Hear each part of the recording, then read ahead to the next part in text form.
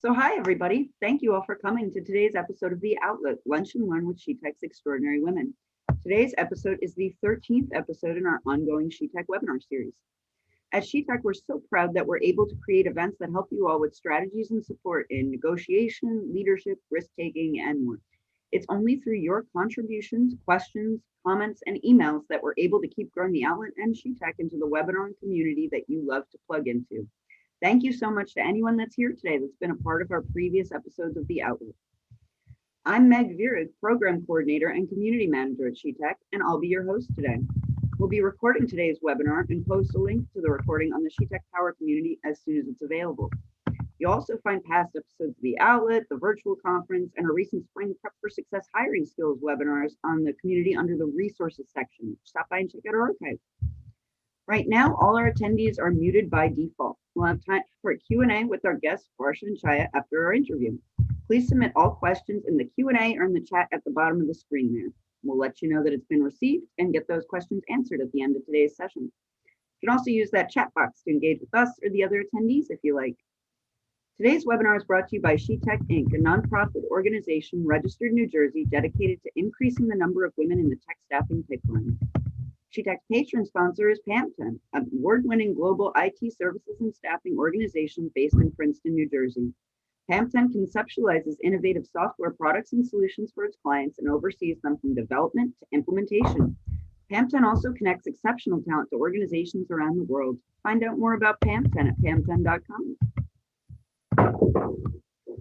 Today's episode is titled Maximizing Mentorship from Both Sides. We're talking to some of our extraordinary speakers today, our own Chaya Pamela, SheTek founder, PAM10 president and CEO, and Softkin founder, and Varsha Waishampayan, Wings for Growth founder and CEO. Chaya Pamela is SheTek's co-founder and the co-founder, CEO, and president of PAM10, our sponsor here on The Outlet, and SheTek's patron sponsor. Through Chaya's work leading PAM10, Chaya saw for herself the challenges of hiring women in the tech field. Though jobs were available, Chaya didn't see many applications from women in tech. Chaya went on to found SheTek to increase the number of women in that tech staffing pipeline.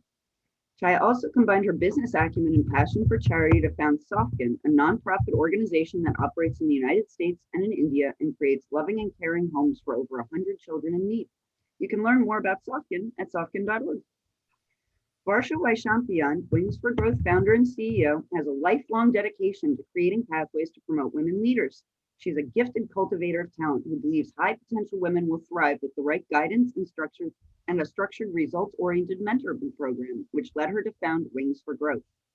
Varsha is a teacher at heart, and before stepping into financial services, Varsha was a professor of chemistry. During Varsha's almost 3 decades of management experience on Wall Street and with top management consulting firms like PwC, she was constantly drawn to mentoring women around her, and she noticed she could make a difference with her approach to mentoring. This led to a discovery in the new beginnings of her purposeful journey. Varsha left her long successful career in corporate America and founded Wings for Growth to deliver that mentoring journey to other women. We're so glad that you could join us on today's episode of The Outlet, Varsha. I'm going to hand it over to Chaya so we can get our conversation started. Thank you so much, Meg. As always, Varsha, pleasure to have a conversation with you, especially on the most interesting topic, and that's my favorite topic as well, being in that space for quite some time. Welcome to everyone who are listening to this. I really want to focus this conversation on 4 specific areas. One is about mentor selection, and the second one about mentor-mentee relationship, how it should be. And third aspect is roles and responsibilities of mentors and mentees. And what's the benefit of having a formal mentorship program? So really, those are the aspects I want to cover. And Varsha, we can have a very smooth conversation, and these specific subjects can be covered in any of the questions. So that's absolutely fine. And also, before we get started, I really want to bring up, how we met, first of all, right? How we met and how you shared your passion about this. I really want the listeners to hear a little bit about your journey, you were in the corporate America, especially in the financial space, and then you decided to switch from that into starting this Wings for Growth, a phenomenal organization. And I really want to hear from you, what made you make that decision to switch from corporate America and come and follow your passion. So give us a little bit of background on that before we get started. Thank you, Chaya, and thank you for inviting me to this amazing conversation. And Chaya, as you know, you and I can talk about this topic all day long. If there was no time limit given to us by Meg, I think this would be like 3-hour conversation. So I'll try to do this as specific as possible. So first, Chaya, as you have mentioned and Meg read my bio, that I was a professor of chemistry. So teaching was something that was in me. Not because I loved it at the time in India, it's also because both my parents were professors of economics. And my father always thought teaching is the best career for women. They can do a really good work and life balance. Coming to United States, obviously that was not something I really, really wanted to right away do because it was very difficult. So I started my career on Wall Street. But after 20 plus years of doing Wall Street, working for large investor banks, my father always reminded me that you should go become a teacher because he saw that teacher in me. And I would always laugh and say to him that when I retire, I will start doing teaching or mentoring. And he said that there is never a bad time to do something good. And that was the trigger for me. And my father has been a huge influence on me. And he was not doing health-wise very well. So I didn't really want this to be something that I would regret for my life. So one fine day I woke up and decided, I was a PwC, that this is it. I need to do it now and I need to make my father proud. So I started this to make my father proud. And initially it's because I wanted him to be happy. But Chaya, since then, it's been 5 years, I've never looked back. And for two very important reasons. One is mentoring and teaching is something I love. I'm very passionate about it. They know then. And the second, the impact that we have had since last 5 years. You can't stop something that you are doing really well, right? If you're successful, you want to do more because it's an impact. So we are also a nonprofit. And I'm very happy that I made the decision when I needed to. My father, unfortunately, passed away a few years ago, but I'm sure he's looking down from heaven and being happy and proud. So thank you for giving me the opportunity to share my story. Yeah, thank you for sharing that. And I know you're so attached to your father. And I remember, you had to travel and it's sad, but, the memories keep you strong, right? Yes. And your story resonates so well with me because I made a similar decision when I wanted to focus on my nonprofit effort. I think passion can take you anywhere and make you so bold and strong, courageous to make those bold decisions. So that's fantastic. So I've been associated with your organization for probably even more than 3 years now. I don't remember exactly. So there is phenomenal work that happens, and I really want to get back to our questions here. So I have many mentors in my career. So it's funny, right? Initially, in the beginning of my career, I had no clue about this mentorship, or even you could go for mentors. I didn't know anything about it. So slowly, when I was working in corporate America, I came to know that there is something called mentorship. So if you really want to progress in your profession or anything that you do, there are people who have done that and gone through that, right? And it's always helpful to get their advice and suggestions. So there is this whole mentorship thing where initially I used to get excited when I heard someone speak so passionately about something, or a great speaker, or I used to even think that someone at a higher position in the organization can be my mentor. And I've made some bad decisions about selecting who would be my mentor, right? So everyone wants to help you, but there is a method to this madness, right? So I didn't know that. So later on, I realized how important it is to understand how that person that you're aspiring to, make them as your mentors, how well they can help you or guide you. That's really important. So the selection is also the key. And a lot of times mentors can also tell you, and I've experienced that. A couple of them, when I approached, they said, hey, I really don't have so much time. And I want to help you, but I cannot help because I can't give that level of commitment. And there are some people, as we spoke a few times, they said that maybe you need to find someone else because I'm not the right fit for you. Yeah. Right. So it can happen either from mentor or from the mentee realizing that that's not the right selection, right fit for you. So do you have any tips or suggestions for our listeners today about how to select the right mentor?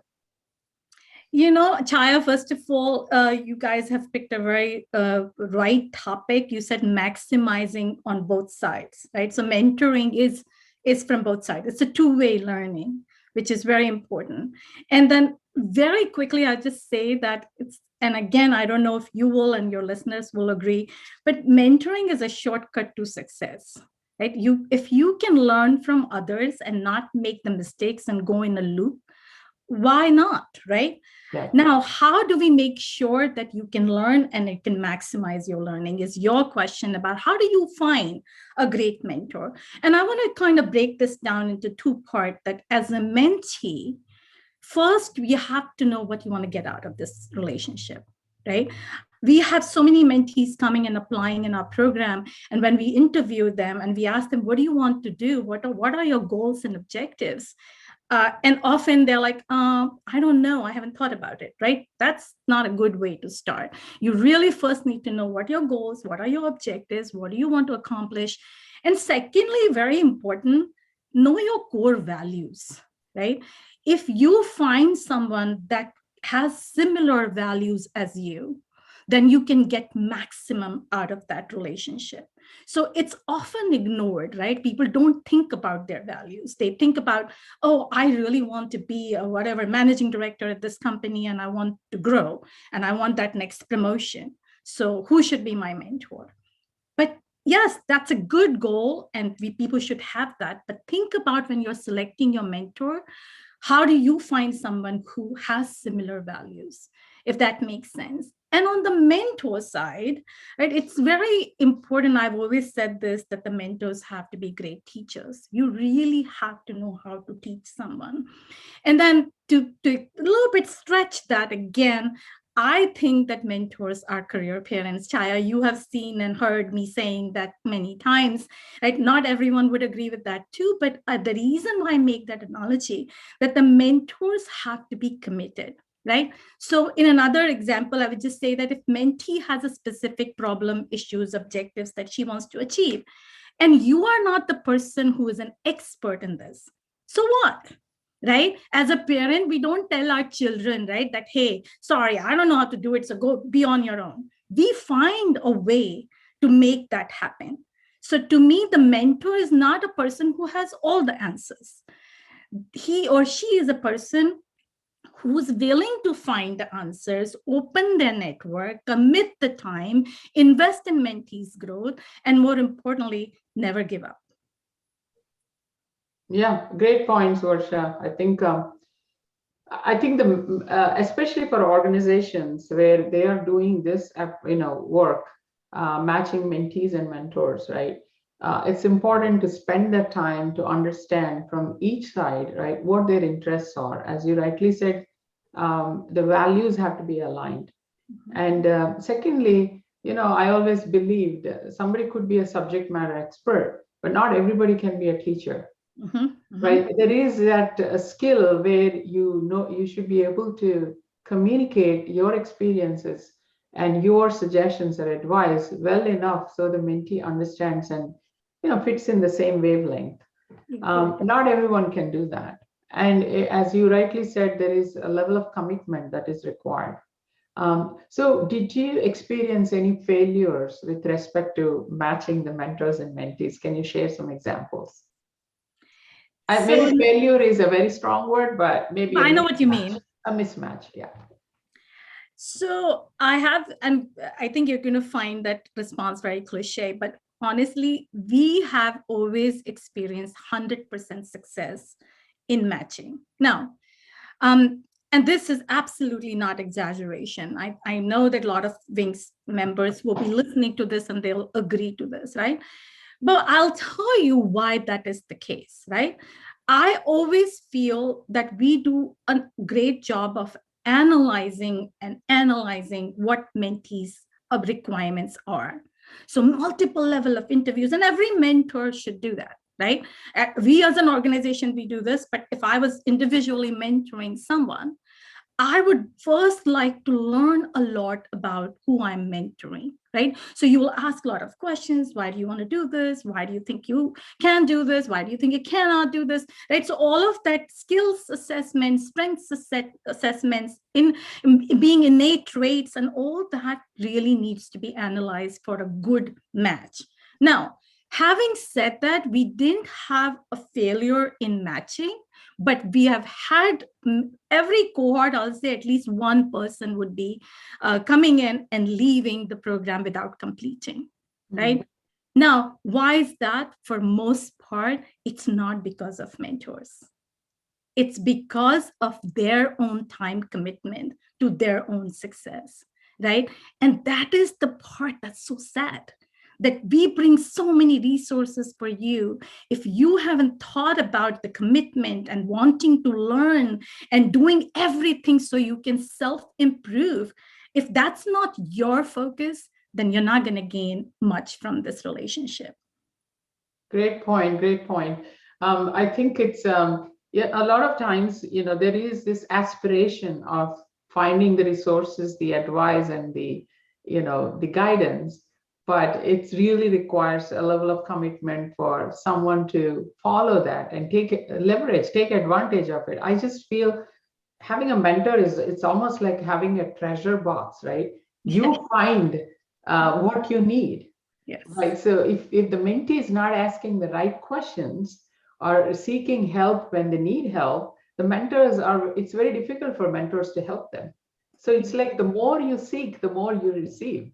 Exactly. And I always say that mentees have to be like a sponge, right? That take as much as you can, right, from your mentor. And Chaya, I also wanted to make one more point, and I hope you'll agree, because you and I both have seen in our individual lives also at Wings, that it's, sometimes it's also important to think about, do you need a male mentor or a female mentor? And by the way, you may need both. Right. Yeah. So because I have seen in 5 years, before doing Wings, I was no expert on this topic at all. Right. I just had a passion and I wanted to do something good for women leaders. Right. But now I have done 5 years. I can tell you that I see a difference in how a woman mentors and how a male mentor mentors. And both are equally important. Very true. I have both, actually. I have more than one mentor in my life. Currently, I have a mentor who is a serial entrepreneur, and it's a male entrepreneur, and he's happy to. And one thing I tell you, having both is a lot of times if you work only with women, you're within that box. Yes. Right? You're not thinking out of the box. You're only sharing experiences as a woman. I think it's important to have a male mentor to understand the perspective from the other side. Exactly. I always said it and I repeat, I think it's important to have mentors from both the genders. It's if you are a woman, doesn't mean that you always choose only women as a mentor. And the great thing about that is there are certain questions I can ask. How are you so bold? How can you make statements? How can you take the liberty in making a decision so quickly based on your gut? A lot of times we withdraw from making decisions because we are scared of making that bold step. And the confidence is another thing. As women, we always, double guess, things, and then we don't make those bold decisions. And it's always good to have a male mentor who can give their perspective. And my mentor always tells me, why are you thinking? Just, move on, take this. You're good at it. You have done this for so long. Why even second guessing it? So I think it's important, as you rightly said, to have those other perspectives as well. And what I wanted to say that, look, you have been in the industry for so many years. You have done successfully nonprofits, for-profits, but you still go out to your mentors. Of course. Right? Yeah. So there is no real time to say, oh, after this, you don't need a mentor. Everyone needs a mentor all the time. Everyone who wants to progress further, they definitely need a mentor. Exactly true. Yes. Well said. So switching gears a little bit, right? So assuming I made my selection, I have a mentor. How do you see the mentor-mentee relationship? I can add some of my experiences, but I would like to hear from you. What do you see in a mentor-mentee relationship? What do you think will work the best? And what are the areas you've seen that don't work? First of all, mentee has to be in a driver's seat, right? Yes, mentors can open a lot of doors, but mentors must wait to be asked which door and when. That means mentees have to drive. So I really think that if you're not willing to be in the driver's seat, then you're not going to get what you want from this relationship. So for mentee, that is important. We talked about a lot of other things already. There has to be a commitment. And I always say that come with a fire in your belly that I want to do this.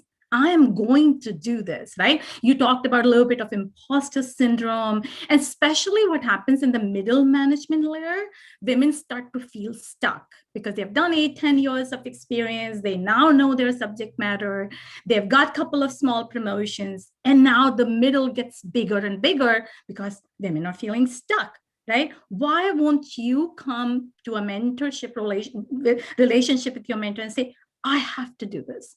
I want to do this. Show that confidence, show that trust in your mentor, right? If you can't build that trust relationship, then this is not going to be useful, right? I always love pairing cross industry, and you've seen that, right? And I've given you some very tough assignments as a mentor, Chaya. So thank you for doing all this wonderful work that you do for us.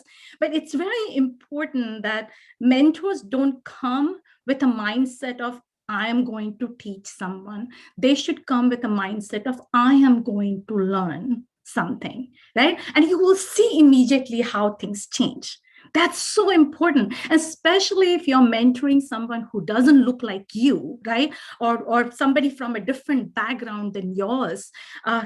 You have to have that inquiring mind that let me learn about this person, about their upbringing, because then I can make the connection of what advice I want to give them. Similarly, mentees have to be that much open.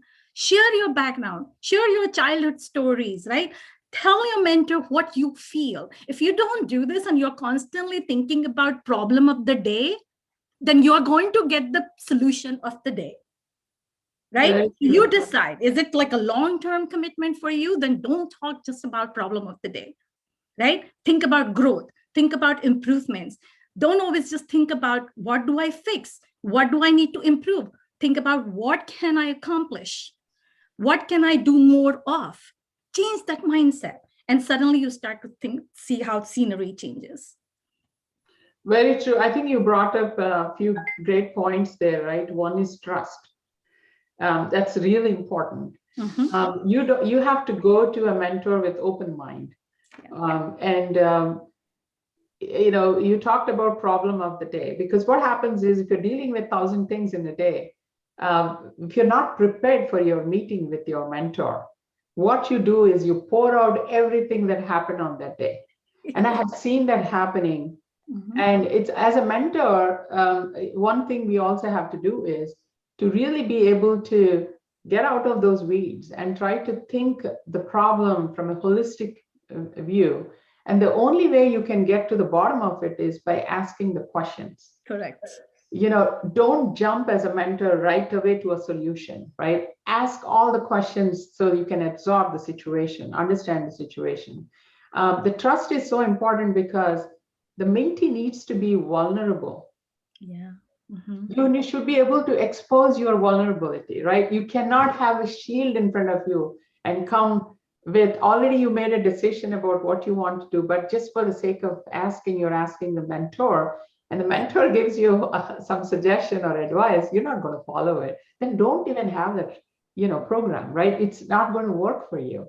I think as a mentee, you need to be able to expose your vulnerability about the situation, and then be able to receive with open mind, receive the advice. Sometimes the advice may work in my favor and may not be, but still it's important that you listen to the advice. And I think that conversation is so critical between the mentor and mentee. The mentor's job is primarily should be, I would say, in my experience, I've realized it's 80% being a listener. Yes. And 20% being an advisor. The advisor or a facilitator role where you're giving options. Yes. And you're opening opening the doors for them to explore further and giving them resources to look into, rather than just jumping to the solution right away.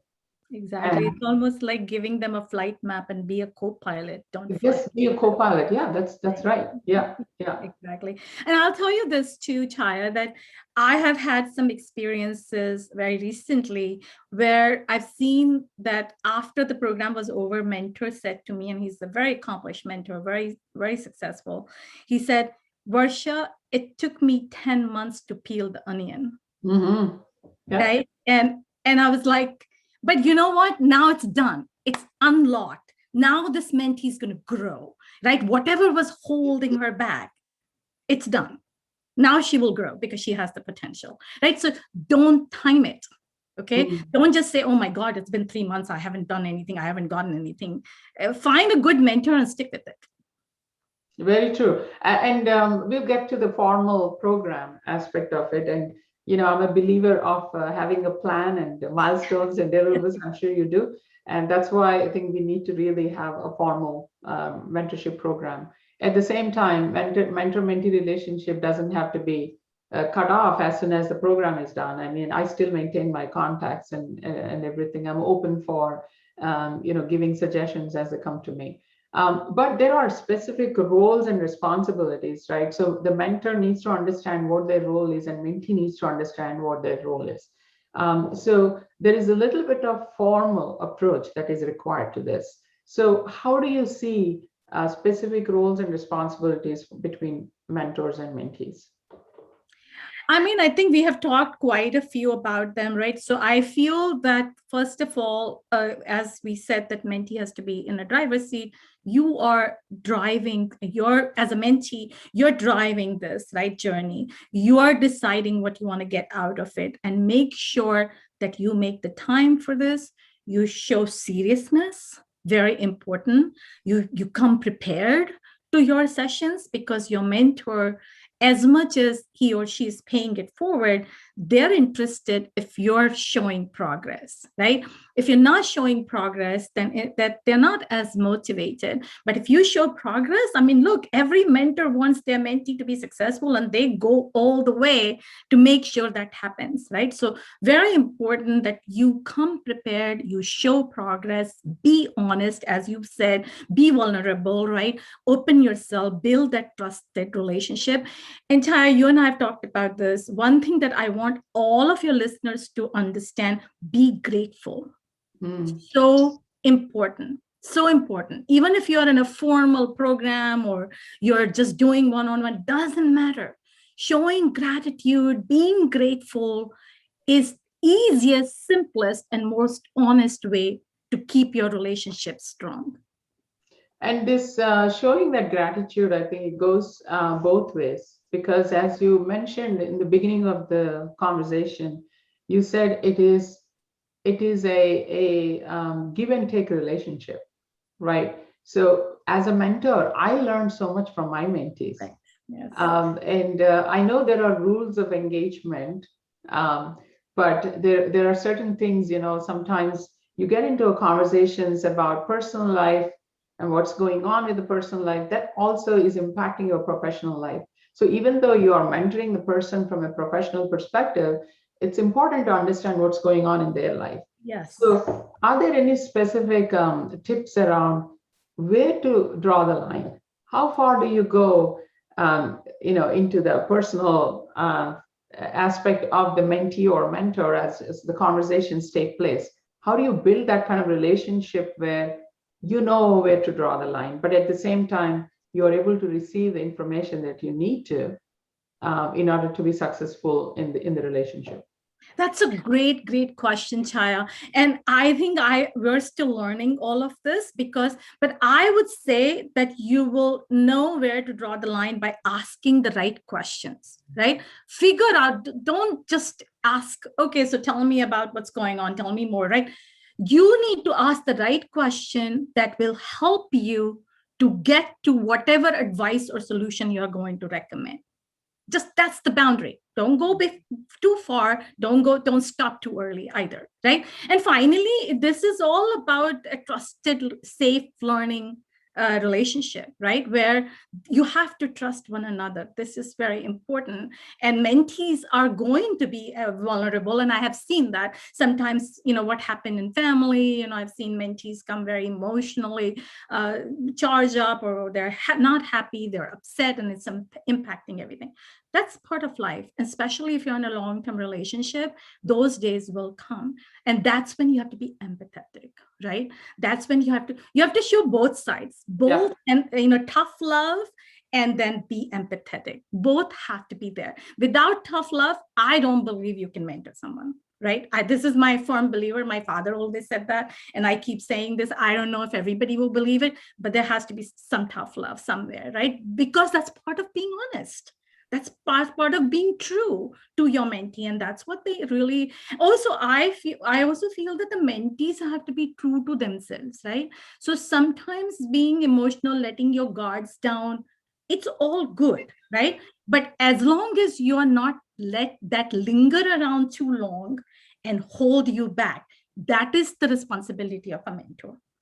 Get them out of this. Yes, it's true. And tough love is something, it reminded me of my mother. Anybody that you ask, majority of the people say, who's your first mentor? I always say parents are our first mentors, right? They're the ones, and they showed that tough love, right? Where you can do things, and at the same time giving you the love, that unconditional love. For a mentor, I think that tough love, I agree with you. And also at the same time, it's important for the mentor to also be as you said, compassionate, right? Empathetic. And when someone is going through a difficult time, it is important to understand that situation rather than trying to finish the job that is there for that day, right? So I've experienced that with a few of my mentees, where they come to the meeting and they're so preoccupied mentally for that day because of whatever is happening. So at that time, it's important to just listen to them. Yes. As a mentor, you've got to be a great listener, right? You got to listen to what's going on and ask the questions that would allow them to give you a little bit more background on what's happening rather than being judgmental. So I think the curiosity is another piece. You got to be curious to understand what is the background of that situation, but ask the right questions and open-ended questions. Don't make statements. So when you ask these open-ended questions, they feel free to express more. Correct. And it happened to me with a couple of mentees where I had to just listen at the time and ask them those questions so I could understand the situation. And then I never jumped to give them suggestions, but I always took examples of either how I handled it or maybe someone that I know handled that situation. It's always a third party as an example most of the time, or myself, rather than just directly giving an advice. And it worked. It took me some time to practice it, but it worked. Totally works. It's hard. But I hope you agree that I will also say that if this is a pattern that frequently you see your mentee coming in with emotionally very, drained and stressed and problem of the day, that comes the tough love, right? We're going to say, all right, stop. This has been going on for too long. Let's now figure out how to come out of it, right? Take some positive actions on this. That is equally important, right? We shouldn't forget that all we have to do is just listen and be empathetic. Sometimes we have to tell them that it's holding them back. Very true. And we are getting to that next question, right? Next topic. It's apart from that tough love, there is also a format to the program, right? So there are some people who may not believe in a formal mentor-mentee relationship, but I'm a true believer of a proper structured program. And that comes in your hand whenever these situations occur. You just talked about the pattern, right? And somewhere you have to say, hey, how are we doing? Where are we with this program? Are you even getting benefited? Because at the end of the program, you don't want to realize that there's really nothing solid that came out of the program, right? So talk to me about why you believe there should be a formal mentorship program, and what would be the structure in general for a mentorship program? So at Wings, we're very formal, and for 3 reasons, very simply. One is hold everyone accountable, right? We're holding each other accountable. And that means we have to measure our own success. It shouldn't be problem of the day, right? It should be like our program is 10 months. So for 10 months, it's a long time for mentor and mentee to stay in a relationship where mentor is helping mentee be successful. But what is success if we don't measure it, right? And if we constantly keep talking about problem of the day, then the success is not measured or even realized. And you will not gain what you want to gain from this. So I have seen this, Chaya, when a lot of people come to our program new, they resist the formal part of this, mentors and mentees both. Why do I have to write the development plan? I already know I'm making progress, right? And the mentors will say like, well, it's okay, I can see the progress. And I have to really sit down and convince them that you can see the progress. She thinks she's seeing the progress. And at this point, how can you tell that the progress actually happening other than I am feeling it? Okay. Also, this is an honor system, right? Mentee saying, yeah, I'm so good at this now, but where are the activities? So part of the formality is creating a plan, creating activities, goals and objectives and activities aligned to your goals and activities, right? For example, you're not going to learn something because you either heard somebody say something, or you listened to a podcast, or you read the book. The learning actually comes when you practice it, right? So it's all about practice, because the practice makes the mindset. So if you don't practice, you won't learn, and then your mentor cannot actually say the progress has happened. So to me, that is very important, that measuring success, accountability, and very importantly, transparency, right? So for example, if there is a formality in the program and mentees, let's say, skipping a lot of meetings, all right, now mentor is going to let it go for some time, and that they're going to seek some help, like, okay, what can I do? At some point, they might even give up, right? But having a formality, and especially in a program that's a formal program, somebody will notice that either mentor has not made the time and mentee is not able to communicate that. So somebody has to intervene and say, hey, listen, there's some progress needs to be made. We're lagging behind. So to us, that is very important. Another very important point, Chaya, is I am a big fan of this, that the development has to be very holistic, right? It has to be you as a character, you as a personality, you as a brand, right? Everything has to happen at the same time. How do you show up? How do you speak? How do you present yourself, right? Especially when it comes to leadership. If it is subject matter learning, that's different. You can go to school or somebody can teach you.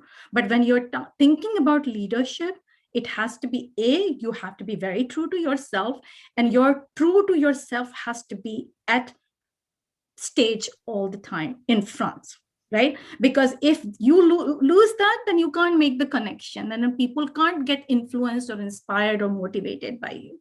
So you have to be true to yourself.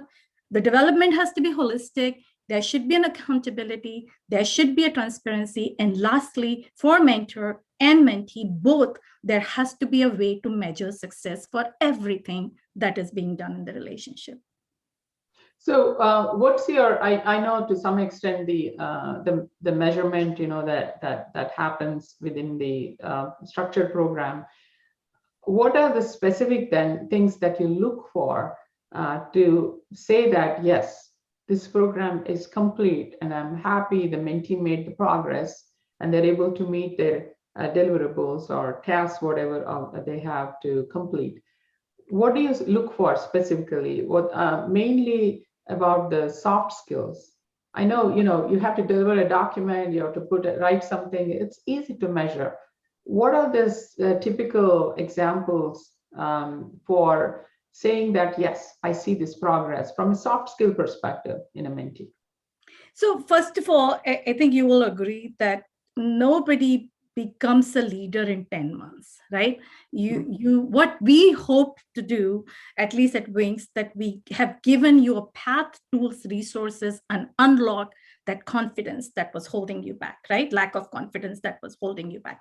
So once that happens, the sky is the limit and mentees can go on their own. Having said that, as I talked a lot about activities, right? So these activities, so let me take an example. Let's just say that somebody comes and says, hey, I really want to be able to speak in meetings, public speaking, and that is my goal, right? Because I have a lot of great ideas, but I don't feel like I have a voice. I don't feel like I command the room. Let's say that was the objective, and that's what's holding them back, right? So there will be some activities. So for example, we will coach them on public speaking. There will be a workshop that they will attend, and the workshop will give them a topic and they will record their own speech. They'll be recording that speech and sending it to multiple people for feedback, and they'll be given an opportunity to speak in a cohort, and people who are not in Wings, they can go find other opportunities. Some people do Toastmaster, some people find opportunities to speak at their local school or some other areas. Find opportunities where you can go speak as an activity and put that down on a development plan and say, I'm going to do these 5 things to get my public speaking done better, right? And then what we see, Chaya, I have seen transformation in women, like amazing transformation. During the interview, some of these mentees couldn't even tell us their 2-minute story about themselves. And by the time they finished the program, they're completely transformed. They can articulate, they're very confident, they show up as confident, right? So you immediately see the effect. You talk about soft skills, right? There is no exam to say whether it's A or B or C you got, right? This is how you're showing up, you're presenting yourself. And that itself is a good testament to me about your progress. Excellent. And I've also seen that, Varsha, when I start mentoring somebody in the beginning, and then I start seeing the progress throughout the program, and towards the end, you can actually see a person who's completely transformed. Even the way they respond to the questions, yes, or when you ask, the progress, they're more structured in their approach, and there is a lot more confidence in the way they present things, right? Yes. You still see some confusion until the middle of the program. I've experienced they don't know what they're going to do next and not very sure about their path. And as a mentor, it's important to understand where they are at that situation and then start opening up more options for them so they can start evaluating those options. So some people immediately can fall in the track, and some would be going like this, and then finally they'll find their way and stabilize. It takes a little longer for some people. I think it's, again, all of these topics that we discussed today, they're all interdependent. Yes. Right. First, the selection is important, right? And then understanding the roles and responsibilities and having the rules of engagement established upfront, so the commitments are known to each other, right? And then the role of the mentor has to be clear to the mentor and same to the mentee, right?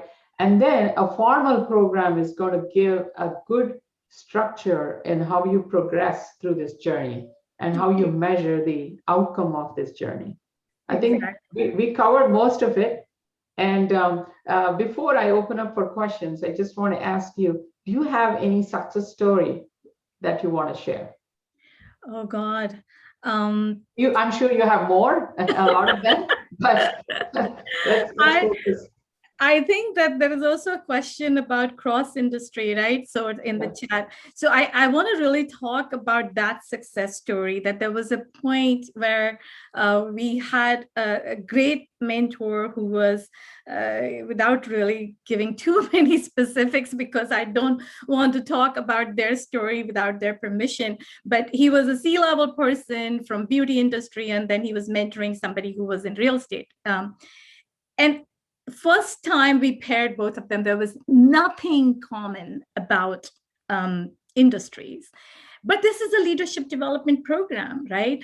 And at the end, and we're just finishing this current cohort, I have seen this mentee just become a different person as far as leadership is concerned. She's still the same person, but the way she presents, the way she articulates, the way she found the passion, and finally she found what she wanted to do, which is what she's very passionate about. Now, look, the industries have nothing to do with this. All this mentor was doing is making sure that she can see her own potential, right? Mentoring isn't about creating your own image, right? Or creating someone in your industry or with your industry knowledge. It really is about making your mentees believe in themselves, see themselves and their highest potential, and just fly, right? That's all he was able to do. And we were listening, we had a leadership story contest only a week ago, and her story was so touching that everyone thought she was one of the best speakers, right? So again, look, industry match didn't matter. She's now a leader. She gets invited to her schools to speak. She gets invited to other. This is a person who came here and she said, I don't know anything about leadership. I want to learn. Well, I think, well said, Varsha. I think when it comes to leadership, I do agree. There's probably no need really to have the mentor from the same industry. There are certain things, from my personal experience, when I chose mentors, I chose them specific to the industry. The reason being, some decisions are very relevant to the industry. Some of the situations and decisions, it really helped, especially when I chose male mentors in the tech industry. I think understanding and that perspective is so critical for being a woman in the tech industry, right? So there are certain specific situations and scenarios where having mentors from similar industry definitely helps. Yes. But I also agree to your point when it comes to gaining some leadership skills or soft skills. I think it's probably not that important to find someone in the same industry. But when you're looking for your growth, especially somebody like me who's looking for a growth in the tech industry or entrepreneurship in tech, these are the things that are going to, and tech industry is pretty much male dominated. Yes. So I can just choose female mentors, but I'm still not tapping into the potential on the other side. So I decided to choose male mentors in the tech industry because that's male dominated. And I'm so curious to understand how different they are compared to women leaders in the same industry. So true. Right. So true. This is one of those things we talked about in the beginning about how do you select your mentor. I think all these aspects come into the sequence, right? So you need to really understand what are your criteria, your goals, so you can choose the right mentor for that. Absolutely. So important. Yes. Yeah, great conversation. I really want to leave some time to answer some questions. Yes. Do you want to add anything, Varsha? I want to just one very quick thing. I think your point about finding industry mentors is important based on your objectives and goals. That is very important. But I have a message for, I would say, next generation leaders, right? Millennials or Gen Z, right? From boomers and X, right? I feel, and this is my, when I started Wings for Growth, my son said to me that, Mom, mentoring is for people who are struggling. And this was some time ago. So now he totally gets it, right? But that is what I want to give a message, that mentoring is for everyone. Yeah. As a matter of fact, I say opposite. If you're excelling, definitely go get a mentor. right? Because you will get an amazing mentor who can help you and go faster, right? Why not? And second thing I would say, somebody asked me, why do you do it for women only? Because men needs mentoring too, which is very true. But I feel, and you could disagree, I feel women really thrive in a supporting environment, the supported environment, right? If they feel support, they thrive. Men do too, but women do more. So I wanted to have major impact in the gender equality space. That's why we mentor women. One thing I'll tell you, I think even men would excel in a supportive environment, definitely. The difference is the men don't express that much. As women, I think we do express, we say, I need support, I need that, I need that. We're a little bit more expressive from that point of view, but I see men also looking for mentors, and they truly excel when they have that level of support as well. And again, I truly believe that it's important that you find mentors of the opposite gender. It's because you see the world in a completely different, through a different lens altogether. Agreed. Yep, great conversation. So Meg, do we have questions? Yes, we do have a few questions. First up, we got a question from one of our power team members who's joining us today. She wanted to follow up on a point about mentors and mentees in different industries. She wanted to know, can you speak more about why you believe that there are specific benefits to cross-industry mentorship? So, Chaya, do you want me to go first? Go ahead. Yeah, I think we covered this a little bit, right? I feel that if it is about leadership, and Chaya said absolutely right, that depending on your objectives and goals, if your objectives and goals are to become subject matter expert and grow in that area, as Chaya said, that she wants to be a tech entrepreneur, she already is, but she wants to grow, right? And get even more under her belt, she's going to look for somebody in tech, right? But if it's about leadership, it doesn't have to be that. It can be, but it doesn't have to be that. Now, why do I think I love doing cross-industry, which I do, is I think it makes the two-way learning even more important, fun, right? So I had a mentor who's a COO in financial services, and he is mentoring someone who runs a podiatrist office, right? She was also a journalist. They both learned each other's business. And he was telling me that I enjoyed every conversation every time with her because I was learning about her business. So it just keeps mentor and mentee more engaged. And true. And also, the corporates have started to incorporate these formal programs, mentor-mentee programs. Many companies have them. One is, it's important that a mentee has the option to choose which mentor they want to have, rather than I worked in an organization where they kind of assign a mentor to you, and it doesn't always work, right? So the mentee should have that freedom to choose the mentor. And if you are looking for example, as we said, it all depends on the objectives and goals that the mentee has. If I'm trying to grow in the organization, to higher roles in the organization, it's important for me to understand the culture of the organization better. I should know how to navigate through in the organization. I should know who are my ambassadors that I can rely on. So it's important you choose a mentor within that organization, because your goal is to grow in that organization. Exactly. You by having a mentor who is in that higher role in the hierarchy in the organization, they can probably give you a better perspective about how to navigate through the system to get there, right? So it all depends on the goals and objectives the mentee has. Correct. Exactly. Great. Something else, another question says, outside of a formal program, how would a person approach someone about becoming a mentor to them? How do you make that outreach? I can relate to that because I've experienced that, right? So there was one time where I attended a conference, and I don't want to take the name of the person. Is a very, very senior, it's a huge company, owner of the company. So I listened to him, and throughout his conversation, he mentioned about how he helps many women across the globe, mentoring them. And he openly said, if anybody wants to get some benefit of this mentorship program, approach me, talk to me. Obviously, I was the first person to go to him soon at the breakdown and asked him, can you help me? I'm looking for a mentor.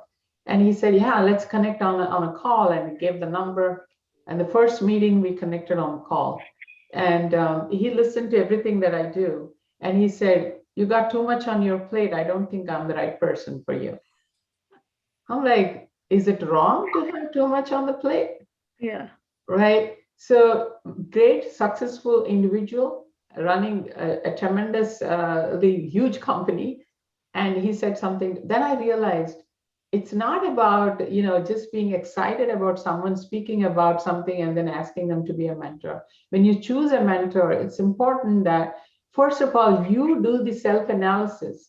You understand what your goals and objectives are. And then it becomes clear for you who is the right person for you as a mentor.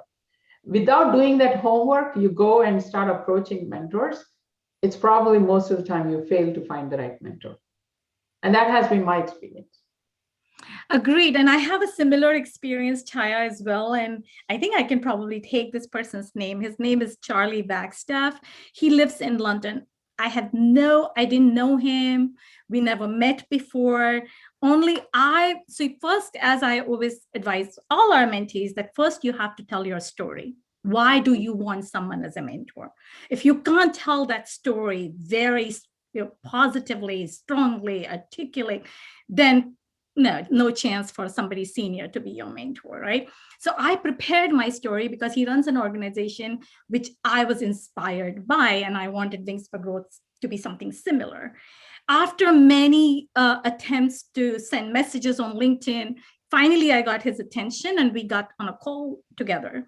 And after 20 minutes of my prepared story, I told him why I wanted him to be my mentor, what I'm doing, and what I'm lacking that I need to learn. And by the way, I want Wings for Growth to be an international level organization. So set that vision, your goals, let people know that you are for growth, tell a good story.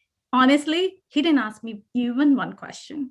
He said, my God, you really know how to get somebody's attention, right? But all I have to do is just tell my story very passionately and be true to myself. And people like to give advice. They want to help, right? But they want to make sure you are the right person for their time and the help that they're giving. Right. Yeah. So it's important for mentors to give that commitment and time, right? So the time commitment is so important. And I had a few experiences where initially they would be happy to mentor, and then slowly it kind of dies down. Yeah. And you should be, as a mentee, know, right? This is not working. I need to find someone else. That's absolutely fine. That's fine too. Yeah, exactly. Right.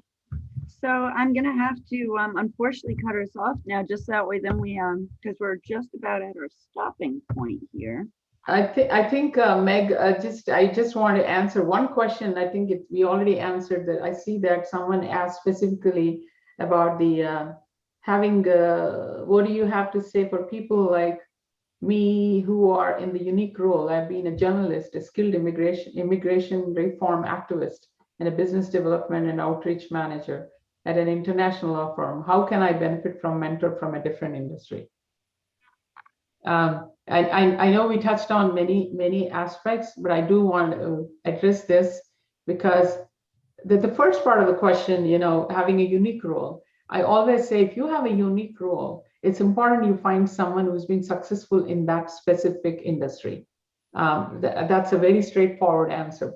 And if you're looking for other skills and other things that you're working on, you're looking for mentors, maybe it's okay to have, cross-industry mentor to help you to progress in the other aspects. But if you're specifically looking for growth in your specific role or a job, I think it's important to choose someone within that industry who's been extremely successful. Exactly. I agree. I think that that was a question from Neha. It also, again, I want to remind her that think about what do you want to achieve from this, right? If journalism is something you want to continue to get better at, then that's very subject matter. But if it's leadership, executive presence, being who you are, showing up as a leader, you don't need somebody from your industry. Find someone who you love as a role model, observe people and see what you like about them and why you like it, and reach out to them. Yeah, and it always worked for me when I combined mentors from different Yeah. aspects, right? So I think, Neha, to answer your question, you probably want to see a mix of 2 or 3 different mentors who can help you in various aspects. Yeah. All right. Okay. So, all right, great. So thank you guys both so much for that really inspiring and insightful discussion. And I'm sure it's really going to help a lot of us increase the value in our relationships and help us expand our mentorship capabilities too. I'd like to take a moment to invite everyone that's joining us here today to join us over in the SheTek Power community. You'll find us at shetek.net. The SheTek mission is again to increase the number of women and allies in the tech staffing pipeline, and we do this through engaging, empowering, and employing women and allies who are just like you. Engage with us in our active discussion board where we regularly post new topics to discuss things that are relevant to you in your career. Connect with the top women in tech from around the country, learn from them, and then share your learnings with others. The SheTek community even has a revolutionary matchmaking system based on the interests and skills in your profile, which makes it an ideal place to find a mentor like we've been talking about today. You can empower yourself with the SheTek community resources. We offer trainings in top tech skills like our new 8-week data training boot camps. Our next Data Curator Bootcamp cohort launches June 5th with live instruction sessions on Saturdays from 9:30 to 11 a.m. Eastern Daylight Time. Interested students can sign up on the SheTek Community Events page. Our SheTek members only resources areas where you'll really get the goods to boost your career. Use our free downloadable worksheets to set effective goals, develop self-branding strategies, catch our on-demand training sessions in Tableau, Salesforce, DevOps, and more, increase your skills, or find our archive of past episodes and other sessions just like this one. Log in, check out our library, and add a little more inspiration to your day. You can get employed using the SheTek Community Careers page, where we post hot new tech opportunities around New Jersey, New York, and the rest of the United States every week. We just posted a lot of remote opportunities last week. From highly skilled and paid roles to entry-level positions suited for those just getting started, we've got a position for everyone. We even post jobs in data science at all levels too. Come by and check out what we've got on offer. Join the SheTek community for free at shetek.bizlego.com. Thanks so much to those who joined us for the Outlet 13 or 14 Lunch and Learn with SheTek's Extraordinary Women today. And thanks to our guests, Chaya Pamela of SheTek and Varsha Waishampayan of Wings for Growth. Stay plugged in, join us in our community, follow us on social media. Talk to you all soon, and thanks again. Thanks, Meg, and thanks to all the listeners. Varsha, thank you so much. Thank you to you too. I enjoy the conversation so much. Thank you, and thank you to, and good luck to all SheTek women. Fly high, take the leap, and build your wings on the way up. Great. Thank you. I love that. Thank you, Meg. Bye.